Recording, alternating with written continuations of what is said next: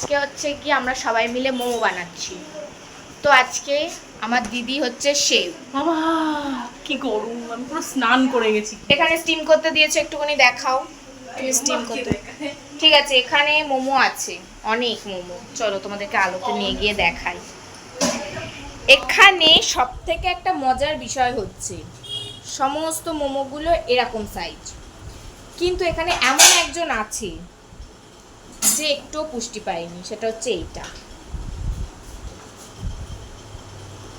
দেখে নিয়েছো, একটুও পুষ্টি পায়নি। সবার মাঝখানে এটা কে আমি জানি না। আর এখানে হচ্ছে গিয়ে লাল সস বানানো আছে। এটার সসটার নাম কি দিদি?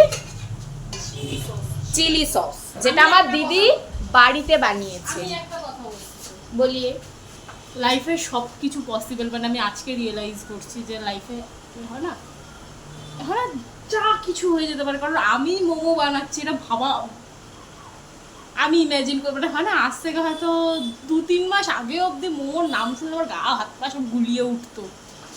মানে মোমো স্মেল নিলে আমার কীরকম হতো, সেখানে আমি আজকে মোমো বানাচ্ছি। মোমো খেতে খেতে এত ভালো লেগেছে, মানে আমি যখন মোমো খাওয়া মানে এই কিছুদিন আগে খেয়েছি, আমি মোটামুটি 5-6 দিন টানা মোমো খেয়েছি, মানে এত ভালো লেগেছে। এবার আমার একটা বদ অভ্যেস যে মানে একটা জিনিস ভালো লাগলো ততক্ষণ অবধি আমি সেটাকে ভালো লাগিয়ে যাবো, যতক্ষণ না মানে হয় না যে একদম বোর ফিল করছি সেটার উপরে। ফার্স্ট বিশাল এক্সাইটমেন্ট, কিন্তু সেকেন্ড না হয় না, তারপর আমার আর ভালো লাগে না। তো আমি জানি না ও আবার ভালো লাগবে না বা কি না হবে, কি আই ডোন্ট নো, বাট আমরা আজকে বানাচ্ছি। আর আমরা দুজন নেই, আমাদের সাথে আজকে এই কাজটা করার জন্য আরেকজন আছে যে খুব হেল্প করেছে, সেটা হচ্ছে আমার বেস্টি। ও বসে আছে, কিন্তু আসলে ও আমার থেকে লম্বা। মা, এটা আমার মা, একটু জড়িয়ে ধরো আমাকে। আর ইংলিশ বলতে পারছি না। মোমো বানানো ডান, মানে ফার্স্ট যেটা বসিয়েছিলাম ওটা হয়ে গেছে, সেকেন্ড আর একটা স্লট হচ্ছে ওই দিকে। তো জাস্ট দেখ লাল চাটনিতে ডিপ করে জাস্ট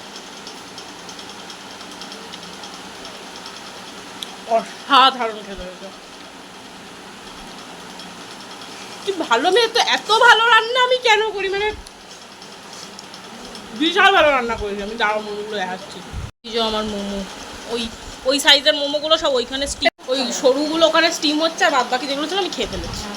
অসাধারণ।